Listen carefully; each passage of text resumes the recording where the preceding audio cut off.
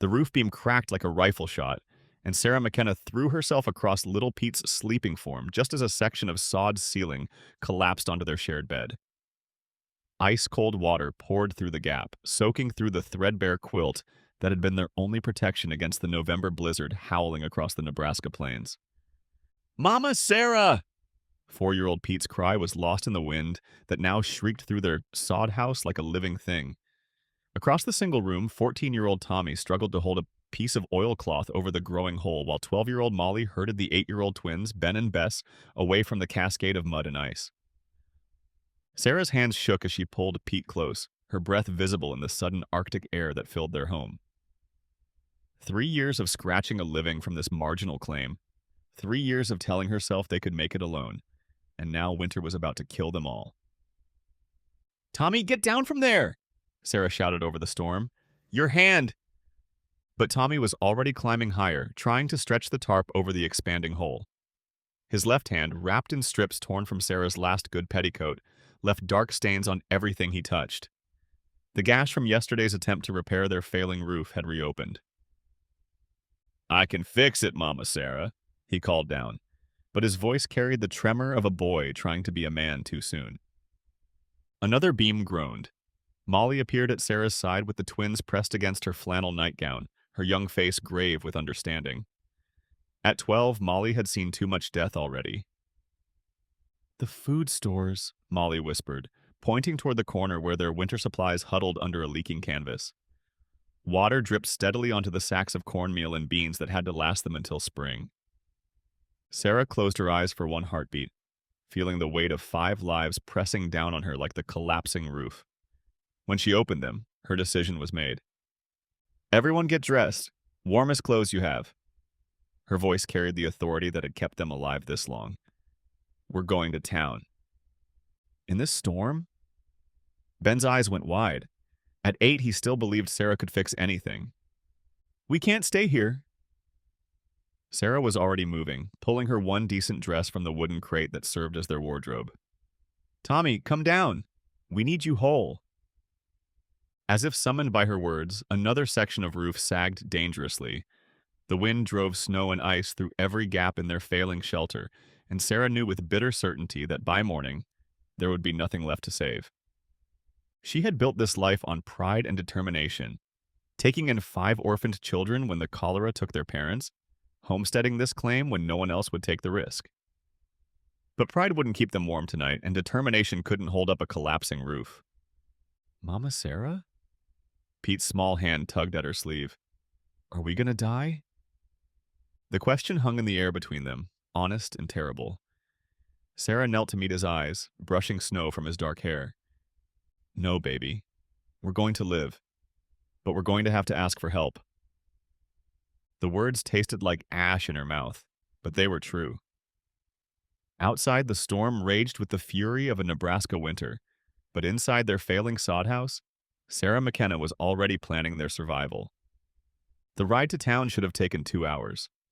In the blizzard, with 5 children clinging to Sarah in the back of their rattling wagon, it took nearly 4. Tommy drove with his good hand while his injured one stayed tucked inside his coat, and Sarah tried to keep the younger ones warm with their shared quilts and her own body heat. By the time they reached the outskirts of Cedar Falls, Pete was shivering uncontrollably, and Bess had gone ominously quiet. Sarah's feet were numb in her worn boots, and ice crystals had formed in Molly's hair despite the scarf wrapped around her head. "The schoolhouse," Sarah called to Tommy over the wind. "Mrs. Henderson might—" But the schoolhouse windows were dark, and when Tommy pounded on the door, no answer came. The storm had driven everyone indoors, and Sarah realized with growing desperation that knocking on doors at random might be their only choice. "The hotel," Molly suggested, teeth chattering. "They'd have to take us in." Sarah bit back her response. The hotel would want money they didn't have, and she wouldn't beg. Not yet. Not unless there was no other choice. They tried the church next, then the general store, but everything was shuttered against the storm. The twins had stopped talking, huddled together under the quilts, and Pete's breathing had taken on a worrying wheeze. "There," Tommy pointed with his good hand toward a light flickering in the window of a small house at the end of Main Street. Someone's awake. The house belonged to Mrs. Crenshaw, the town's seamstress and unofficial keeper of gossip. She opened her door to their desperate knocking, took one look at the 6 snow-covered figures on her porch, and stepped aside. Sarah McKenna, what in the Lord's name? Our roof collapsed, Sarah said simply, unwrapping Pete from his cocoon of quilts. We need shelter for the night. Mrs. Crenshaw's parlor was small but warm, with a coal stove that threw blessed heat into every corner. She bustled around making tea and finding dry clothes while Sarah and Molly got the children settled. That sod house was never meant for a hard winter, Mrs. Crenshaw said, not unkindly, and with 5 young ones. She didn't finish the sentence, but Sarah heard the unspoken judgment. What kind of woman takes on 5 orphans without the means to properly care for them? We've managed fine until now, Sarah said, more sharply than she intended. I'm sure you have, dear. Mrs. Crenshaw handed her a cup of steaming tea. But managing and thriving aren't the same thing. The words stung because they were true. Sarah watched Tommy flex his injured hand by the stove, saw how thin Molly had gotten over the past month, noticed the way the twins stayed pressed close together, even in the warmth. They had survived, but they hadn't thrived. I'll find work, Sarah said. Someone in town must need... Sarah. Mrs. Crenshaw's voice was gentle but firm. It's November. No one's hiring until spring, and you've got 5 mouths to feed through the hardest winter in memory. Pete coughed in his sleep, and Sarah's heart clenched. Mrs. Crenshaw was right, but admitting it meant admitting failure. It meant accepting that love and determination hadn't been enough. There might be something, Mrs. Crenshaw said slowly. James Hartwell was in town yesterday asking about hiring household help. His little girl needs looking after, and that big ranch house of his gets mighty lonely. Sarah knew the name. Everyone in 3 counties knew James Hartwell. Successful rancher, recent widower, man who'd built something solid in a land that swallowed most people's dreams. I won't be anyone's charity case, Sarah said quietly.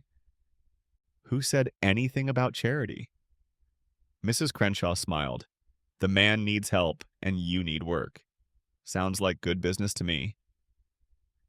Outside, the storm continued to rage, but inside the warm parlor, surrounded by sleeping children who depended on her, Sarah began to consider possibilities she'd never allowed herself to imagine. When morning came, clear and brutally cold, she made her decision. Sarah was hanging Mrs. Crenshaw's spare quilts on the line behind the seamstress's house when she heard the horses approaching. The sound of hoofbeats on frozen ground carried clearly in the still air, and something about their steady, purposeful rhythm made her look up from her work.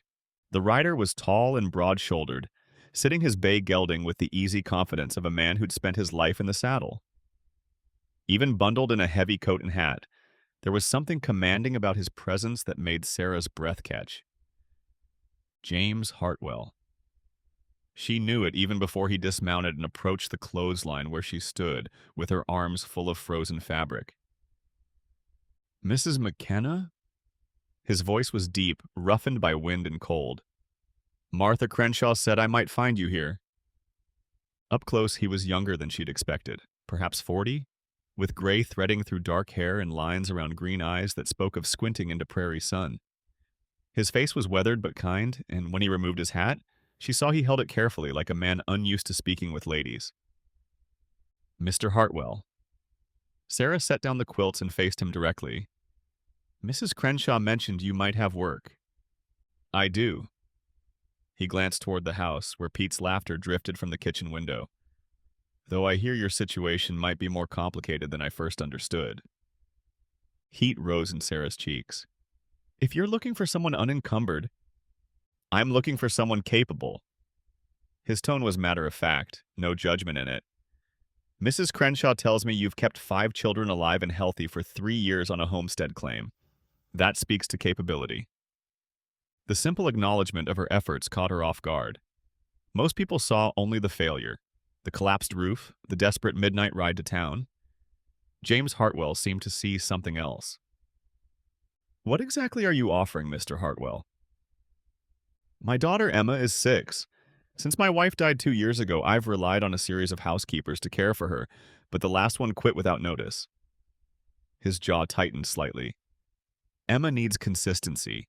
She needs someone who won't disappear when the work gets hard or the weather turns. Sarah understood. She'd seen what happened to children who were passed from hand to hand, never quite belonging anywhere. And in return, room and board for you and the children, a small salary, work that matters. He paused, studying her face. Mrs. Crenshaw also mentioned your roof situation. We can rebuild. The words came out more defensive than she intended. In winter? With 5 children to care for and no income? He shook his head. I'm not offering charity, Mrs. McKenna. I'm offering employment. My ranch house has 8 bedrooms that haven't seen use in years. Your children would be warm and fed, and you'd be earning your keep. It was exactly what she needed, and that made it terrifying. What about spring, when your regular housekeeper returns? There is no regular housekeeper. And spring? He looked out across the snow-covered plains. Spring's a long way off. We'll see what spring brings. Before Sarah could respond, the kitchen door burst open and Pete came running out, followed by the twins and Molly. They stopped short at the sight of the tall stranger, suddenly shy. These are your children? James asked. By choice, if not by blood. Sarah moved protectively closer to them. Tommy's inside helping Mrs. Crenshaw with her stove. James studied the children with the same careful attention he'd given her.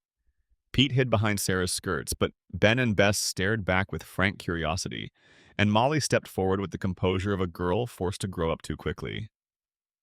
How do you do, Mr. Hartwell? Molly said, offering a small curtsy. Thank you for considering us. The formal politeness seemed to amuse him. How do you do, Miss Molly? And these must be Ben and Bess.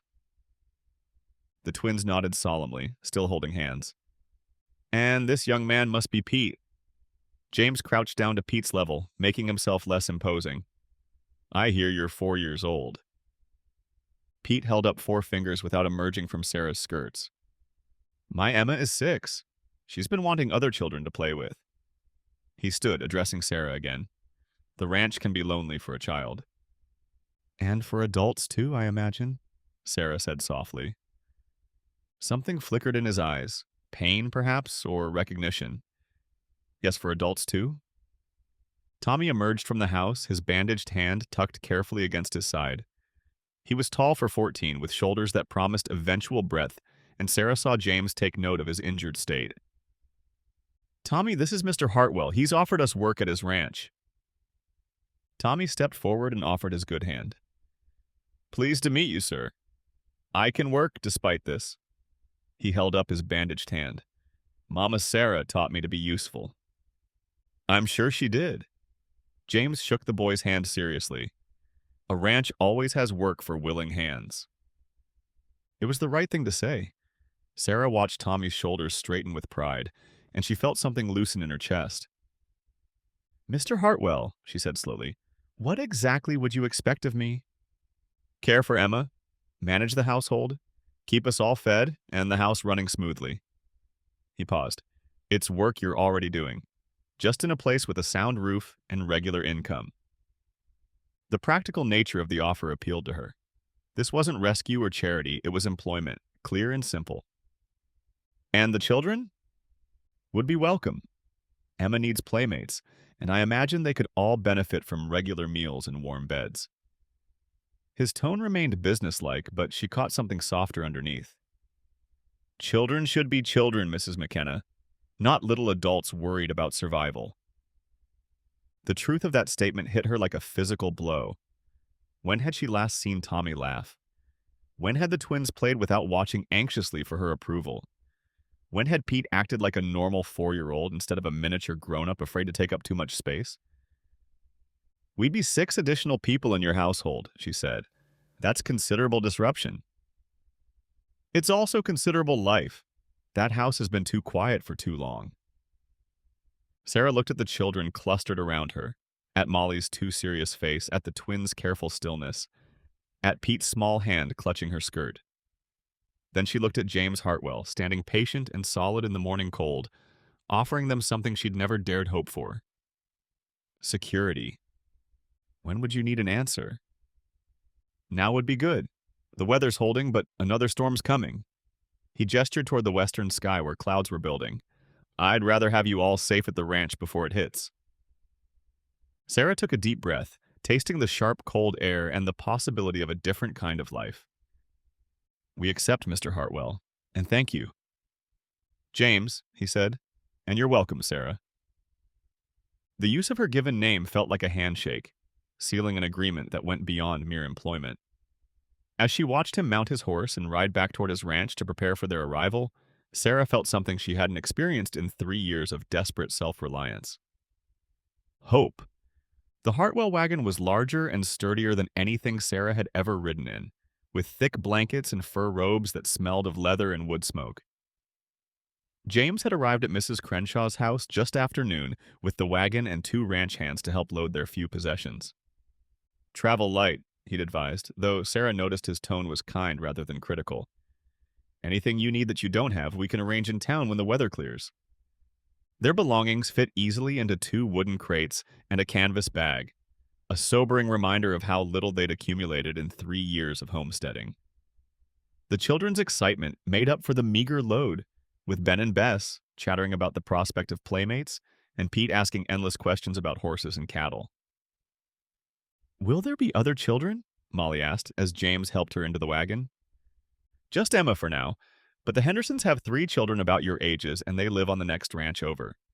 In better weather, you'll have plenty of chances to make friends. Sarah settled Pete on her lap and pulled the fur robe up to his chin. The afternoon was clear but bitter cold, and she could see her breath despite the shelter of the wagon bed. How far is it? Tommy asked from his perch beside James on the driver's seat. About 8 miles. We'll be there before dark. James clicked to the horses, and they started moving across the frozen ground. Tell me about yourselves. Sarah mentioned you've been together for 3 years? Since the cholera, Molly said simply. Our parents died within a week of each other. Mama Sarah took us in when no one else would. Sarah felt heat rise in her cheeks at the matter-of-fact way Molly stated it, but James just nodded. That was brave of her, and brave of all of you making a go of it on your own. We almost did, Ben said with 8-year-old honesty, except for the roof. Roofs can be fixed, James said. Why? What matters is that you took care of each other. The simple acceptance in his voice eased something tight in Sarah's chest. For 3 years, she'd felt constantly judged, by neighbors who thought she'd taken on too much, by officials who questioned her ability to care for children, not her own, by her own fears that she wasn't enough. James Hartwell seemed to see only what they'd accomplished, not what they'd failed to do. What's Emma like? Bess asked shyly. Curious, energetic, lonely? James glanced back at them. She's been the only child on the ranch for 2 years. I think she's forgotten how to play with others. We can teach her, Pete announced solemnly. We know lots of games. I'm sure you do. They rode in comfortable silence for a while, the wagon wheels crunching over frozen ground and the horse's breath steaming in the cold air. Sarah found herself studying James's broad back as he drove, noting the easy way he handled the team and the careful attention he paid to the road ahead. There, he said finally, pointing toward a cluster of buildings in the distance. Home. The ranch spread across a natural valley, sheltered from the worst prairie winds by rolling hills. The main house was larger than Sarah had expected, 2 stories of whitewashed wood with a wide porch that wrapped around 3 sides. Barns and outbuildings dotted the landscape, and she could see cattle clustered near a creek that meandered through the property. It's beautiful, she breathed. It's solid, James said, and she heard pride in his voice. Built to last. As they approached the house, a small figure burst through the front door and came running toward them. The girl had dark hair like her father's and moved with boundless energy, her coat flying behind her as she ran. Papa, Papa, you brought them! Emma Hartwell skidded to a stop beside the wagon, her cheeks red with cold and excitement. She was small for 6, with enormous brown eyes and a gap-toothed smile that transformed her entire face. I did indeed. James swung down from the driver's seat and lifted his daughter easily. Emma, I'd like you to meet Mrs. McKenna and her children. Are you going to stay forever? Emma asked, directing the question to all of them at once. We're going to stay for a while, Sarah said carefully. I'm going to help take care of you and your papa. Good. I've been taking care of papa, but I'm not very good at it yet. Emma's frank admission made Sarah smile. Can you cook? Mrs. Henderson makes awful porridge. I can cook, Sarah assured her. Can you read stories? Papa tries, but he falls asleep. I love reading stories. Can you braid hair? Mine always comes undone. I can do that too. Emma's smile grew impossibly wider. This is going to be wonderful. James set his daughter down and began helping the children from the wagon. Emma, why don't you show everyone inside while I get their things? The ranch house interior was as impressive as the exterior. High ceilings, wide hallways, and rooms that spoke of prosperity and careful planning.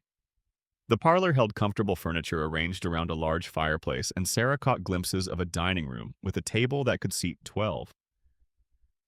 This is the kitchen, Emma announced, leading them into a room that made Sarah's breath catch. The stove was enormous, with 6 burners and 2 ovens.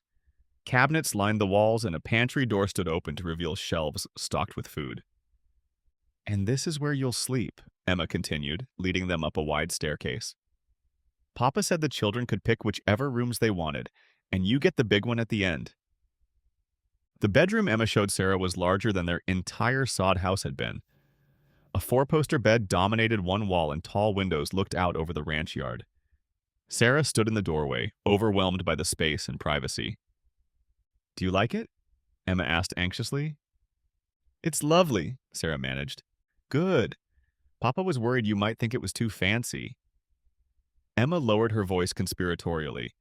He cleaned it himself, twice. Before Sarah could respond to that interesting piece of information, she heard James's boots on the stairs. Everyone settling in? He asked, appearing in the doorway with their travel bags. Mama Sarah likes her room, Emma reported, and Tommy said his room is bigger than their whole house used to be. Emma, James said gently, remember what we discussed about personal questions? Emma's face fell slightly. Sorry, I forgot. It's all right, Sarah said quickly. She's just being friendly. But she appreciated James's sensitivity. The contrast between their former poverty and current surroundings was stark enough without a 6-year-old's innocent commentary making it worse. Dinner's in an hour, James said. Emma, why don't you show everyone where the wash basins are? And Sarah, thank you. Already this house feels more like a home. As Sarah watched him head back downstairs, she wondered if she was making the biggest mistake of her life or the smartest decision she'd ever made. Either way, for the first time in 3 years, her children would sleep in warm beds with full stomachs. That alone made it worth the risk. The first week at the Hartwell Ranch passed in a blur of adjustments and discoveries. Sarah woke each morning in the large bedroom that still felt too grand, dressed in the pre-dawn darkness, and made her way downstairs to start breakfast for 8 people instead of 6. The kitchen became her domain quickly. James had stocked it well, but it was clear that bachelor housekeeping had involved more canned goods and simple meals than growing children needed. Sarah found herself planning menus with an abundance she'd almost forgotten existed. Fresh eggs from the hen house, milk from the dairy cows, vegetables preserved from the ranch garden. You don't have to cook like we're royalty, James said on the 3rd morning, watching her prepare pancakes with real maple syrup. I'm cooking like we're a family, Sarah replied, then blushed at her presumption. I mean, I know what you meant. His voice was warm. And you're right. The children adapted with the resilience of youth, though not without bumps. Tommy appointed himself assistant to ranch foreman Miguel Santos, following the older man around with eager questions about cattle and horses. His injured hand was healing well, and Sarah could see his confidence growing with each successful task. Molly took naturally to the increased household responsibilities, helping Sarah with laundry and mending while keeping an eye on the younger children.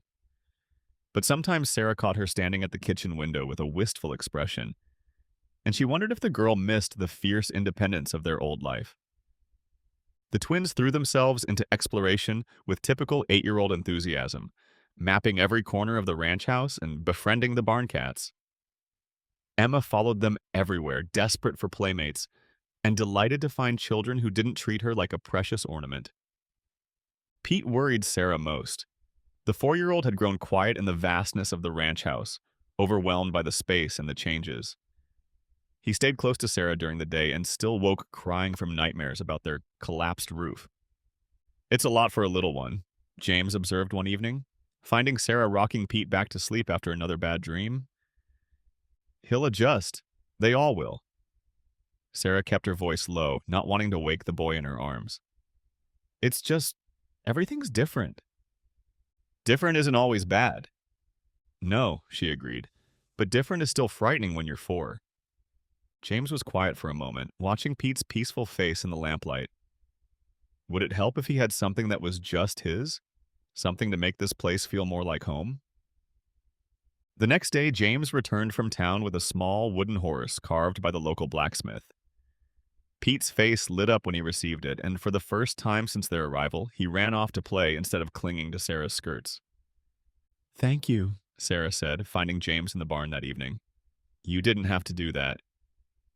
"Yes, I did." He was brushing down his horse, long strokes that spoke of years of routine.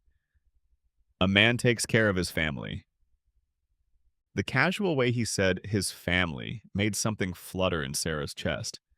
But before she could examine the feeling too closely, Emma came racing into the barn with Molly close behind. "Papa, Molly's going to teach me to knit. Can we use Mama's yarn?" James's hands stilled on the brush. For a moment, pain flickered across his features, and Sarah understood. Emma was starting to forget her mother, replacing old memories with new experiences. "Of course," he said finally. "Your mama would like that."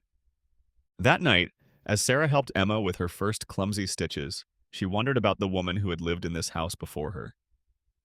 James's wife had been gone for 2 years, but her presence lingered in the carefully chosen furniture, the feminine touches in the parlor, the rosebush planted by the kitchen window.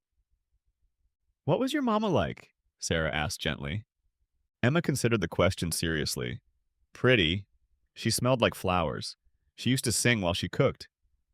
She looked up from her knitting. "Do you sing?" "Sometimes. Will you sing while you cook?" "If you'd like me to." Emma nodded solemnly. "I think that would be nice. Different from Mama, but nice."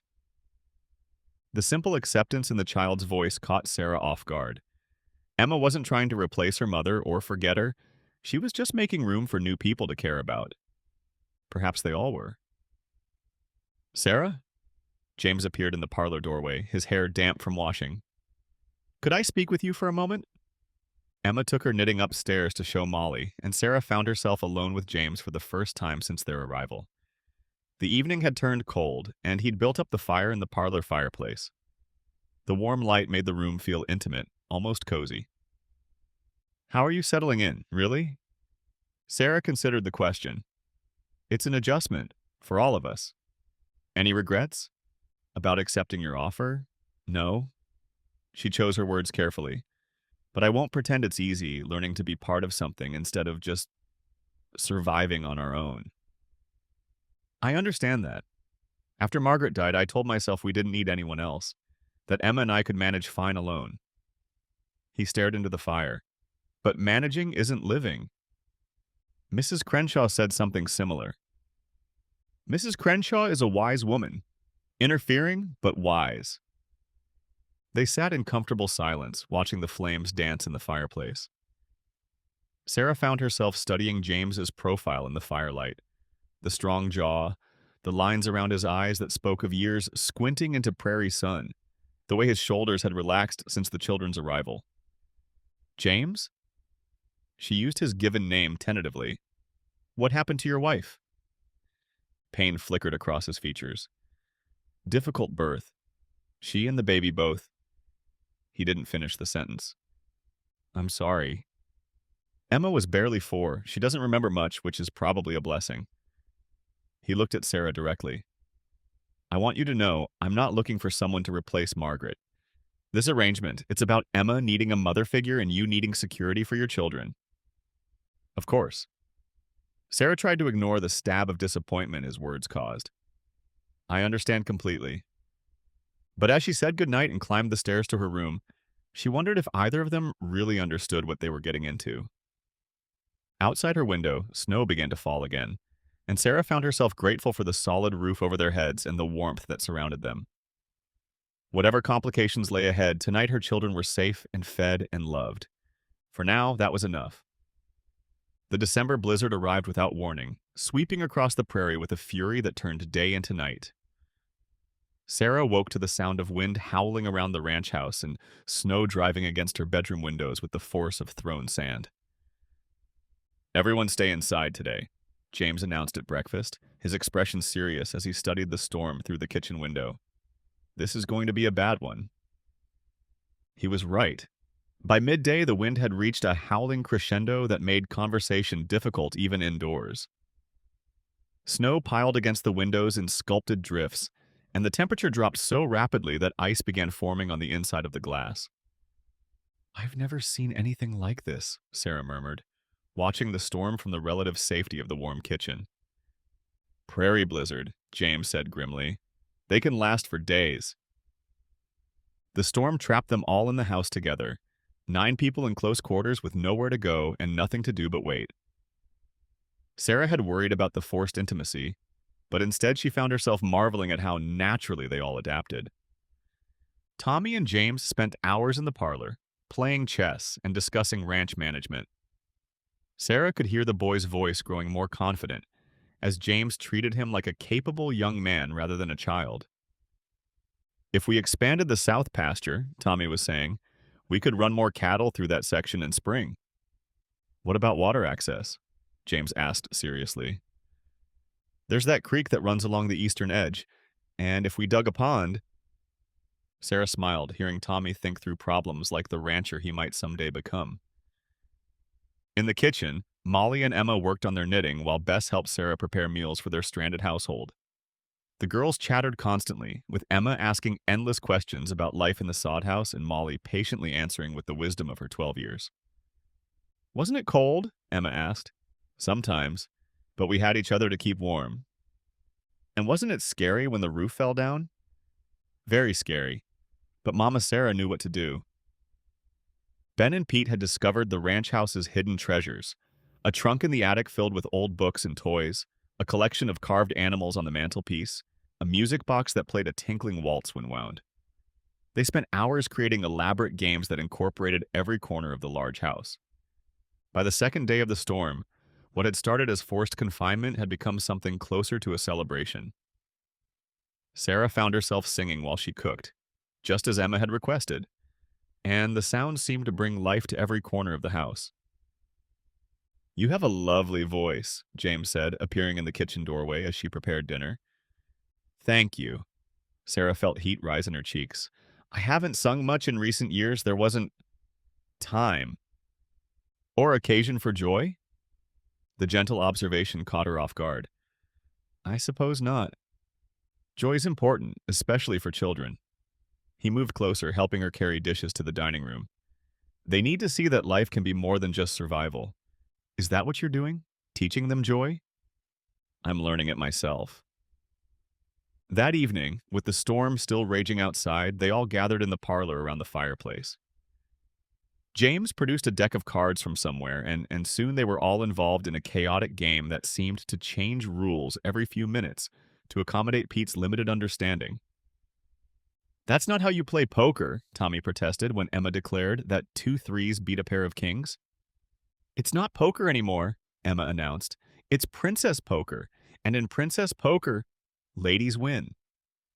"What about queens?" Molly asked, holding up her cards. "Queens are ladies too," Bess declared. "What about jacks?" "Jacks are boys, so they lose."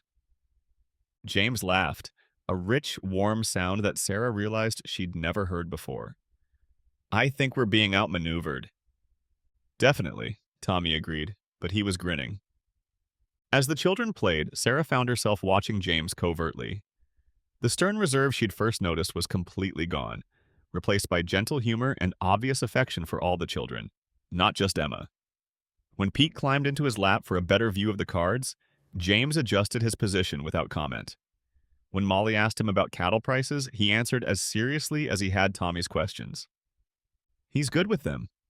a voice said quietly beside her. Sarah turned to find Emma watching her father with the same thoughtful expression.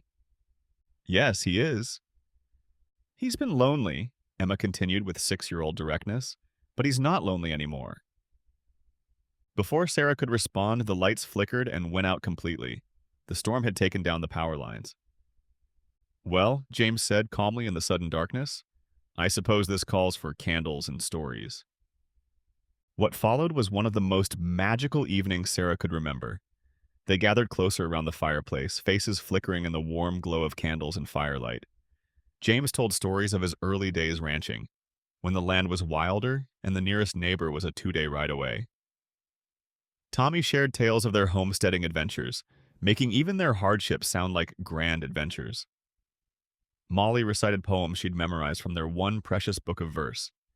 When it came to Sarah's turn, she found herself telling stories her own mother had shared years ago, fairy tales and folk legends that seemed perfectly suited to a night when the outside world had disappeared in swirling snow.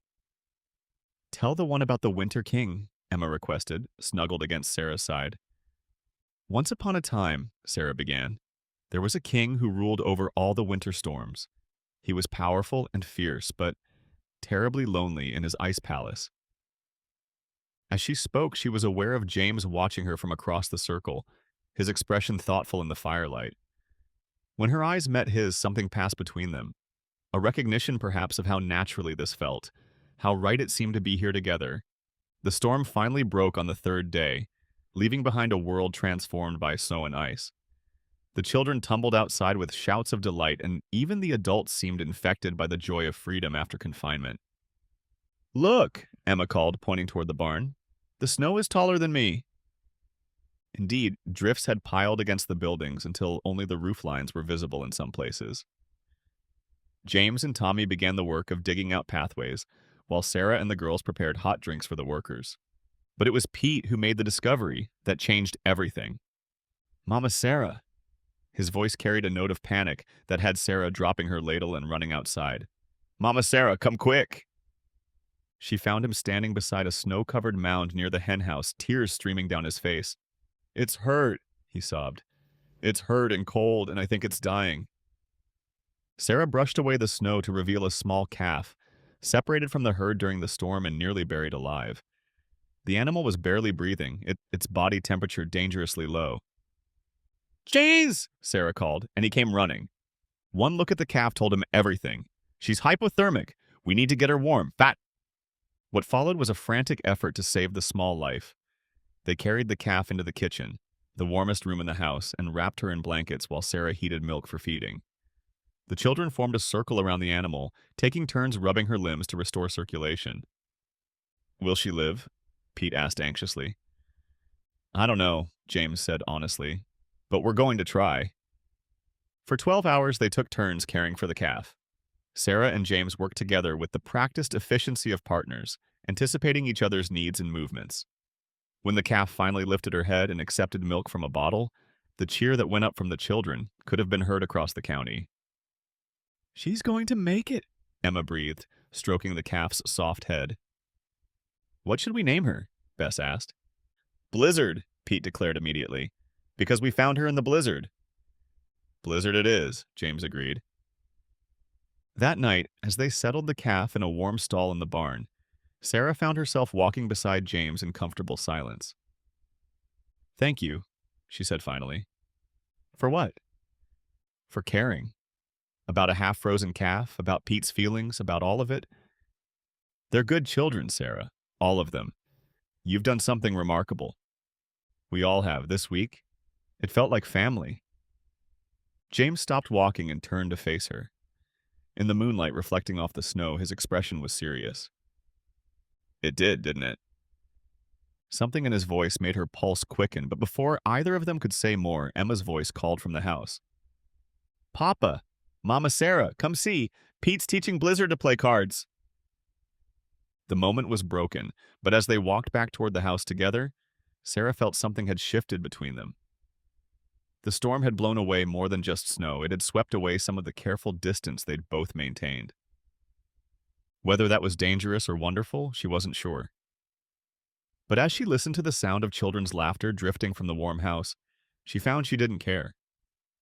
For the first time in years, she felt like she was exactly where she belonged. 2 weeks before Christmas, Sarah found herself standing in the ranch house parlor, trying to calculate how to make the holidays special for 7 children with almost no money for gifts. The irony wasn't lost on her, surrounded by more material comfort than she'd known in years, but still thinking like the woman who'd counted every penny for survival. "You're frowning," Emma observed, appearing at her elbow with the stealth children seemed to master naturally. "Just thinking about Christmas," Sarah admitted. "Papa says we're going to have the best Christmas ever because there are so many of us now." Emma's eyes sparkled with anticipation. "Are you going to make Christmas cookies? Mrs. Henderson makes them, but they taste like paste." "I think I can manage better than paste," Sarah smiled.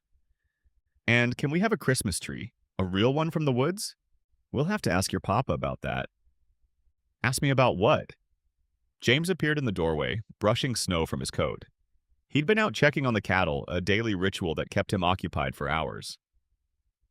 "A Christmas tree," Emma announced. "Can we, Papa, please?" "I don't see why not. Tommy and I can ride out tomorrow and find a good one." The casual generosity of the offer struck Sarah unexpectedly. For 3 years, Christmas had been about making do with whatever she could afford, not about what the children might actually want.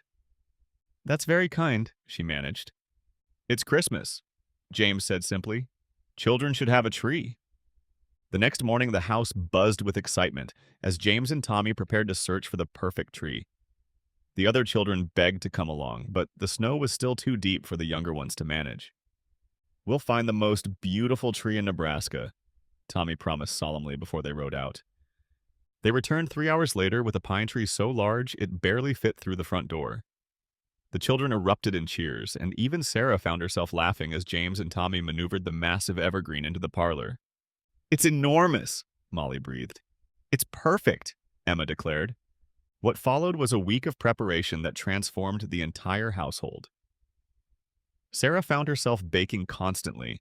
Cookies shaped like stars and angels, bread sweet with molasses, pies made from preserved fruit. The kitchen filled with wonderful smells and constant chatter as the children helped with every step. "I've never made cookies before," Ben announced, flour dusting his dark hair. "Well, you're making them now," Sarah said, helping him roll out dough. "Are we rich now?" Bess asked with 8-year-old directness. The question caught Sarah off guard. "No, sweetheart, we're just comfortable." "It feels like being rich," Pete declared, and Sarah understood what he meant. After years of scarcity, abundance felt miraculous. James seemed to understand too. She caught him watching the children's excited preparations with an expression of wonder, as if he were seeing Christmas through their eyes for the first time. "I'd forgotten," he told her one evening as they decorated the tree together. "How magical it could be." "You haven't celebrated much since your wife died?" "We went through the motions, but it wasn't joyful." He hung a paper angel Emma had made from newspaper and flour paste. "This year feels different." "7 children will do that." "It's not just the children." His voice was quiet, and when Sarah looked at him, she found him watching her with an intensity that made her breath catch. "It's having someone who cares about making things special." Before Sarah could respond, Emma came running into the room with a breathless announcement. "The Hendersons are coming. They're riding up the lane." Indeed, the Henderson family was approaching in their large wagon, parents and 3 children bundled against the cold. Sarah felt a flutter of nervousness. This would be her first time meeting the neighbors as James's housekeeper, rather than just another struggling homesteader. "Sarah," James said quietly, "you don't need to worry. They're good people." Martha Henderson was a practical woman in her 40s with kind eyes and an immediate smile for the children. Her husband Robert was quieter but equally welcoming, and their 3 children, ages 7, 9, and 11, immediately fell into the gang of youngsters with the ease of prairie children who saw other kids infrequently. "So you're the miracle worker," Martha said, taking Sarah's hands in her own.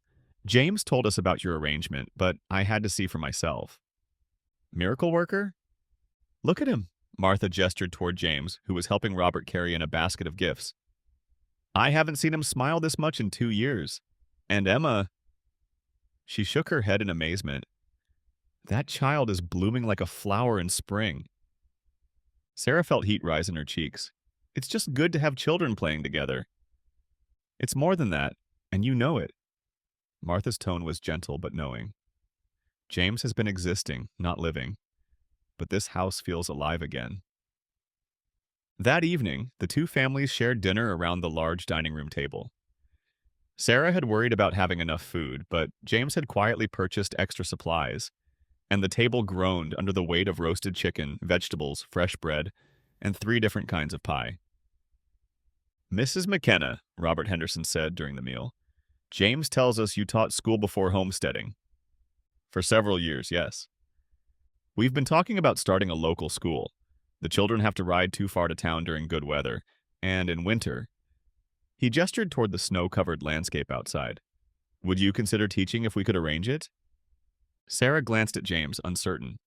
The offer was tempting. Teaching had been her passion before survival took precedence, but it would mean changes to their current arrangement. It's a good idea, James said. The children need proper schooling, and Sarah's too good a teacher to waste on just housekeeping. The casual way he supported her dreams made something warm unfurl in Sarah's chest. I'd love to discuss it further, she said. After the Hendersons left, the house seemed to settle into a peaceful quiet. The children had been put to bed with promises of Christmas morning excitement, and Sarah found herself alone with James in the parlor, tidying up after their guests. That was lovely, she said, collecting empty cups. Thank you for including us. Thank you for making it special. James took the cups from her hands, setting them aside. Sarah, there's something I want to say. Something in his tone made her look up sharply. This arrangement we made, it was supposed to be temporary, practical. But these past weeks, he ran a hand through his hair, a gesture she'd learned meant he was struggling with words. I don't want it to be temporary anymore. Sarah's heart began to pound. What are you saying? I'm saying I care about you, about all the children. I'm saying this house has become a home again, and I don't want to lose that. James, I know it's complicated. I know we started this as an employment arrangement, but somewhere along the way it became something else. Sarah stared at him, seeing the vulnerability in his eyes. This strong, capable man was offering her something she'd never dared hope for. Not just security, but partnership. Love, even, though he hadn't used the word. Emma called me Mama Sarah yesterday, she said softly. How did that make you feel? Terrified and happy, and... She struggled for words. Like I belong somewhere for the first time in years. You do belong here. All of you. Before she could respond, the sound of small feet on the stairs interrupted them. Pete appeared in the doorway, rubbing sleepy eyes. I had a bad dream, he announced, about the roof falling down again. Without hesitation, both Sarah and James moved toward him. James reached him first, scooping the little boy up easily. Hey there, partner. Just a dream. You're safe here. The roof won't fall down? This roof is solid as a rock. I built it myself. Promise? I promise. Sarah watched James comfort the boy with the same tenderness he showed Emma, and something settled into place in her heart. This man didn't just care about her, he loved all her children, as if they were his own. Mama Sarah? Pete's voice was small. Will you sing the sleepy song? Sarah moved closer, and without thinking, James adjusted his hold so she could stroke Pete's hair while she hummed the lullaby that had soothed him through countless nightmares. Standing there in the warm parlor, with Pete drowsing between them and the Christmas tree glowing softly in the corner, Sarah felt something she'd almost forgotten existed. Peace. Completeness. Home. When they tucked Pete back into his bed, James walked her to her bedroom door. Think about what I said, he said quietly, about making this permanent. I will. Good. He hesitated, then leaned down to brush a gentle kiss against her forehead. Sweet dreams, Sarah. As she closed her bedroom door, Sarah touched the spot where his lips had been. Tomorrow was Christmas Eve, and she suddenly realized she knew exactly what she wanted for Christmas. A future with this kind, generous man and all the children they were raising together. The only question was whether she was brave enough to reach for it. The argument started over something small, whether Pete was old enough to help with the morning chores, but it quickly escalated into something much larger. "He's only 4, James," Sarah said, her voice tight with frustration. "He doesn't need to be gathering eggs in weather like this."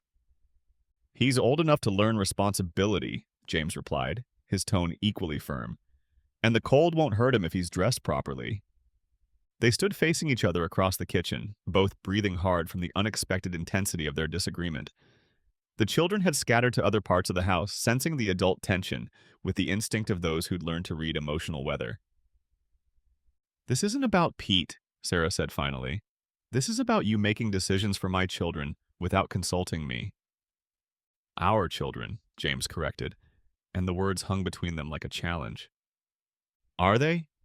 Because last I checked, I was the housekeeper you hired to care for Emma." The moment the words left her mouth, Sarah regretted them. James's face went carefully blank, the warm openness she'd grown to love shuddering closed. "I see, and here I thought we'd moved beyond that." "I don't know what we've moved to," Sarah admitted, her voice breaking slightly. "That's the problem."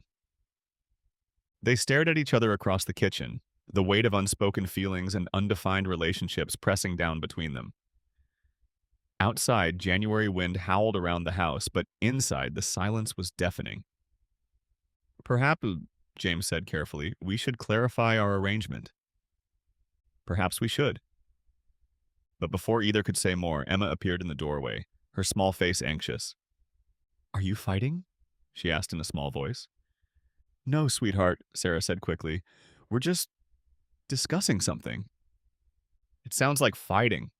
Like before Mama died, when she and Papa used to argue about doctor visits." The innocent words hit James like a physical blow. Sarah saw him flinch, saw the pain that flickered across his features. "We're not fighting, Emma," he said gently. "Sometimes adults disagree about things. It doesn't mean we don't care about each other." Emma nodded solemnly, but Sarah could see the worry in the child's eyes. She'd been through too much loss to take adult happiness for granted.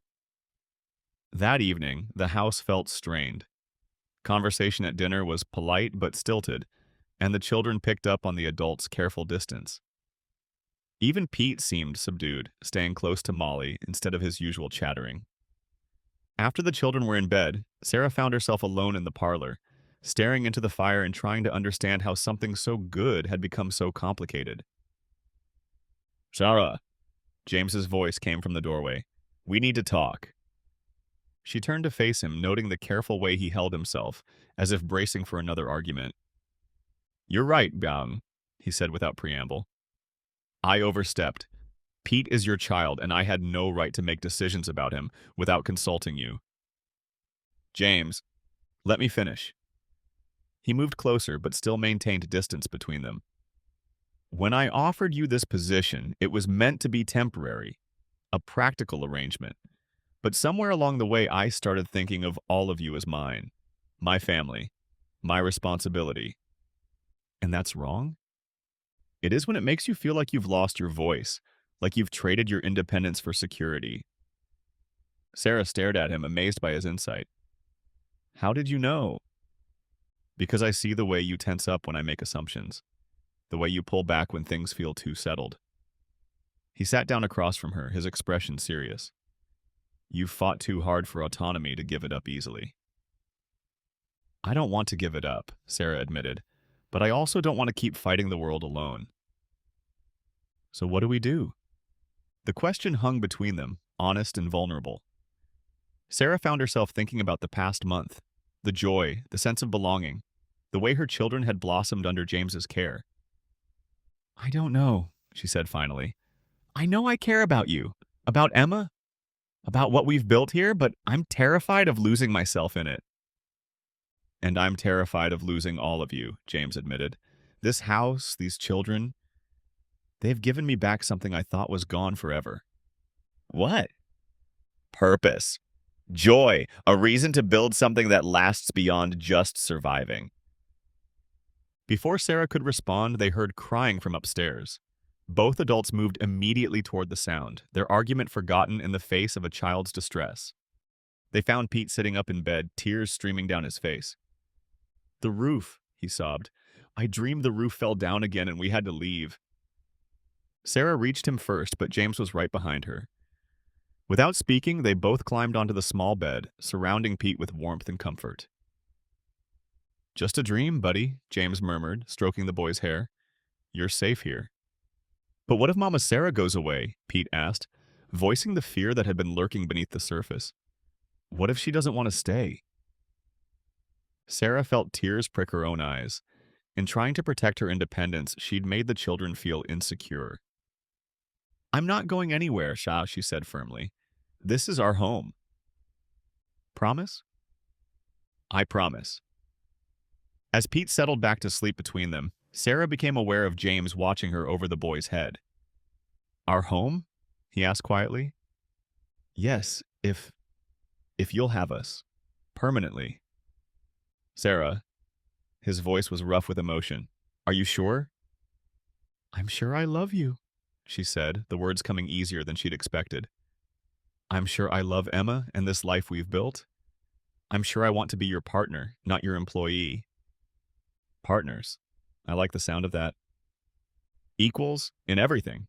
Especially in everything.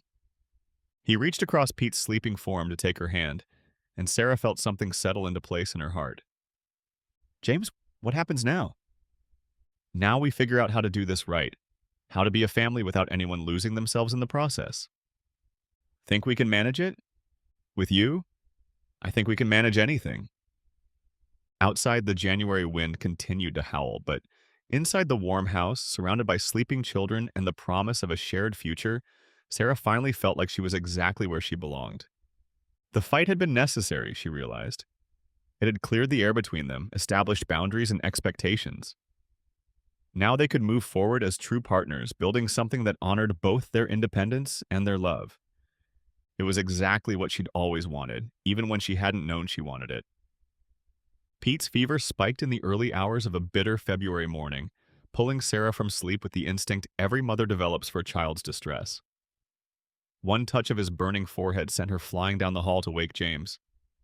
"He's burning up," she said without preamble as James sat up instantly alert. "And he's having trouble breathing." James was out of bed and pulling on clothes before she finished speaking. Together they hurried to Pete's room, where the little boy lay frighteningly still, his breathing shallow and labored. "How long has he been like this?" James asked, his hands gentle as he examined the child. "I don't know. He was fine when I checked on him before bed." Sarah's voice betrayed her panic. "James, he's so hot. We need to get his fever down, fast." What followed were the longest 3 days of Sarah's life. They moved Pete to the room next to the kitchen, where they could keep the temperature steady and have easy access to water and supplies. James rode to town through the snow to fetch Dr. Morrison, who confirmed their worst fears. "Pneumonia," the gray-haired doctor said grimly. "In a child this young, in this weather, it's going to be touch and go." Sarah felt the world tilt around her. Not Pete, not her baby. "What do we do?" James asked, his voice steady despite the concern in his eyes. "Keep him warm but not overheated. Force fluids when he's conscious. Watch for signs of breathing difficulties." Dr. Morrison packed his bag with practiced efficiency.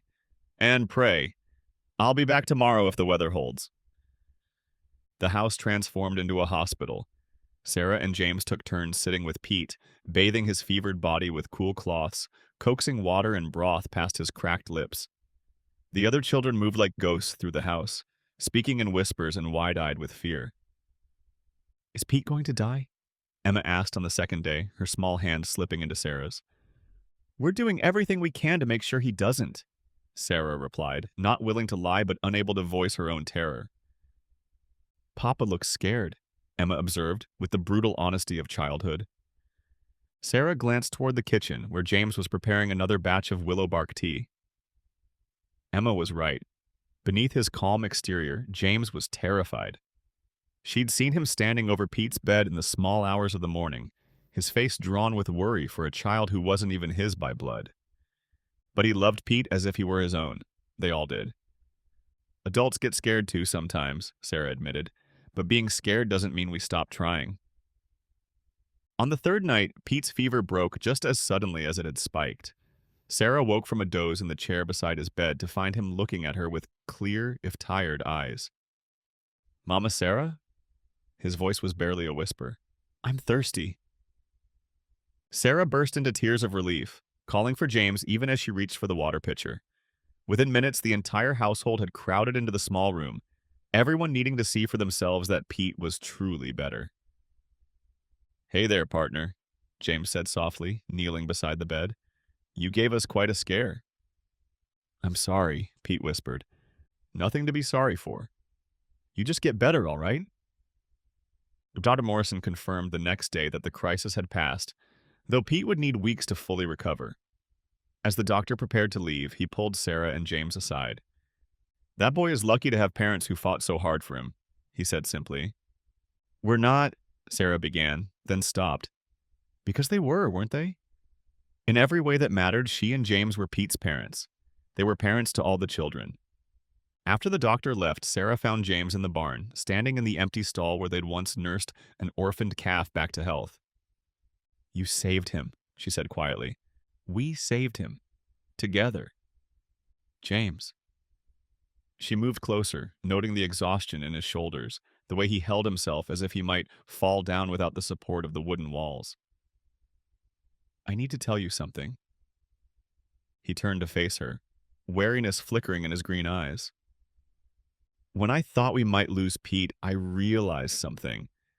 This isn't about security anymore, or employment, or even partnership." She took a deep breath. "I love you. Not just for what you've given us, but for who you are. For the way you held my son through 3 days of fever as if he were your own." "He is my own," James said fiercely. "They all are, and you—" He reached for her hands, holding them tightly. "Sarah, I love you so much it scares me sometimes." "What scares you?" "Losing you. Losing this. I never thought I'd love again after Margaret died, and now I can't imagine life without you and the children." Sarah stepped closer, close enough to see the flecks of gold in his green eyes, close enough to feel the warmth radiating from his solid presence. "You're not going to lose us. We're yours, just as you're ours." When he kissed her, it was with the desperate relief of a man who'd almost lost everything and found it returned to him intact. Sarah kissed him back with 3 years of loneliness and fear, and the overwhelming gratitude of a woman who'd finally found her home. "Marry me," James said against her lips, "not for convenience or security or any practical reason. Marry me because I love you and you love me and we belong together." "Yes," Sarah whispered. "Yes, of course, yes." From the house came the sound of children's laughter, Pete's voice among them, weak but definitely present. Sarah and James stood holding each other in the barn, surrounded by the familiar smells of hay and horses and the promise of spring still weeks away. They had weathered the storm together, all of them, and they had come through it not just intact, but stronger. The letter from California arrived on the same day the first crocuses pushed through the snow beside the kitchen door. Sarah found it waiting on the hall table when she came in from hanging laundry, her sister's familiar handwriting making her hands tremble slightly as she broke the seal. "Dearest Sarah," the letter began, "I hope this finds you and the children well. The teaching position I mentioned is still available, and the salary is quite generous, enough to support all 6 of you comfortably. The climate here is mild year-round, and there are excellent schools for the children. Please consider it seriously.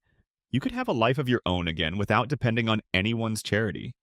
Sarah sank into a kitchen chair, the letter heavy in her hands. Her sister meant well, but the words stung. Charity?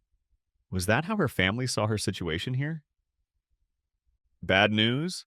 James asked, entering the kitchen with Pete riding on his shoulders. The little boy had recovered completely from his bout with pneumonia, but James still carried him more often than necessary, as if reassuring himself that the child was truly well. "A letter from my sister." Sarah folded the paper carefully. "She's still trying to convince me to move to California." James set Pete down gently, his expression growing serious. "And what do you think?" "I think Sarah looked around the warm kitchen where Molly was teaching Emma to knead bread while the twins played with wooden blocks at the table. I think California is very far away. That's not what I asked. Sarah met his eyes, seeing the vulnerability he was trying to hide. Even engaged to be married, even after everything they'd shared, part of him still feared she might leave. James. She stood and moved to him, placing her hands on his chest. I wouldn't be here if I wanted to be anywhere else. You're sure? Because if you want to see more of the world, I want this. Us. This life we're building together. She smiled up at him. Besides, someone needs to keep you from spoiling Pete completely. I don't spoil him, James protested, even as Pete tugged on his trouser leg for attention. You bought him 3 new books last week. He likes stories. You let him help you with ranch work when he's barely recovered. Fresh air is good for him. You carved him an entire set of wooden farm animals. A man needs hobbies. Sarah laughed, the sound bright in the warm kitchen. You spoil him terribly, and I love you for it. The simple declaration made something relax in James's shoulders. He pulled her closer, resting his chin on top of her head. When do you want to have the wedding? He asked quietly. Soon, before I lose my nerve. You won't lose your nerve. How can you be so sure? Because you're the bravest woman I know. You took in 5 orphaned children with nothing but determination and love. You're not going to be scared off by one wedding ceremony. Before Sarah could respond, Tommy burst through the kitchen door with news that scattered all thoughts of weddings in California. James, the cattle in the north pasture, some of them are missing. James was moving before Tommy finished speaking, grabbing his coat and hat. How many? At least a dozen head, maybe more. Rustlers? Looks like it. Fresh tracks heading northwest. Sarah felt her stomach clench. Cattle rustling was a serious crime on the frontier, and pursuing thieves could be dangerous work. I have to go, James said, already heading for the door. Stay in the house until I get back. James, wait. Sarah caught his arm. Be careful. He paused long enough to kiss her quickly. I'll be back for dinner. Don't let Pete help with anything dangerous while I'm gone. Papa. Emma had appeared at the kitchen door, drawn by the commotion. Where are you going? Just ranch business, sweetheart. I'll be back soon. But as Sarah watched James and Tommy ride out with Miguel and 2 other ranch hands, she couldn't shake the feeling that something had changed. The peaceful winter was over, and the outside world was intruding on their carefully built sanctuary. The men returned just as Sarah was putting dinner on the table, tired and grim-faced, but unharmed. We found them, James reported, washing his hands at the kitchen basin. The thieves abandoned the cattle about 5 miles out when they spotted us coming. Did you catch them? Ben asked with 8-year-old bloodthirst. No, but they won't be back. We made sure of that. That night, after the children were asleep, Sarah found James on the front porch, staring out at the dark pastures. You're worried, she observed, settling beside him on the wooden steps. This ranch represents everything I've worked for, everything we're building together. His voice was quiet but intense. I won't let anyone take that away. No one's taking anything away. You handled it. This time. But there will be other challenges, other threats. He turned to look at her. Are you prepared for that? For the reality that this life isn't always going to be peaceful? Sarah considered the question seriously. James, I've spent 3 years fighting to keep my children alive on a failing homestead. Before that, I taught school to teenagers who thought education was a waste of time. I'm not afraid of challenges. Even if they're dangerous. Life is dangerous, but it's less dangerous when you're not facing it alone. James reached for her hand, threading their fingers together. The wedding. Let's make it soon. How soon? Next month, before spring planting gets too demanding. That's fast. Not fast enough. His grip tightened on her hand. I want you to be my wife, Sarah. Legally, officially, permanently. I want the world to know you belong here. I already belong here. Then marry me and make it official. Sarah looked out at the ranch spread before them, The solid house, the sturdy barns, the pastures where cattle grazed peacefully in the moonlight. But more than that, she looked at the life they'd built here. 7 children sleeping safely in warm beds.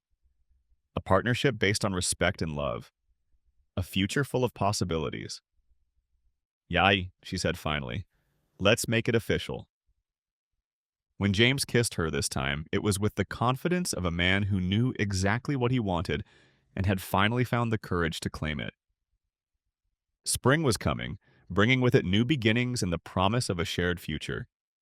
And Sarah McKenna, soon to be Sarah Hartwell, was ready for all of it.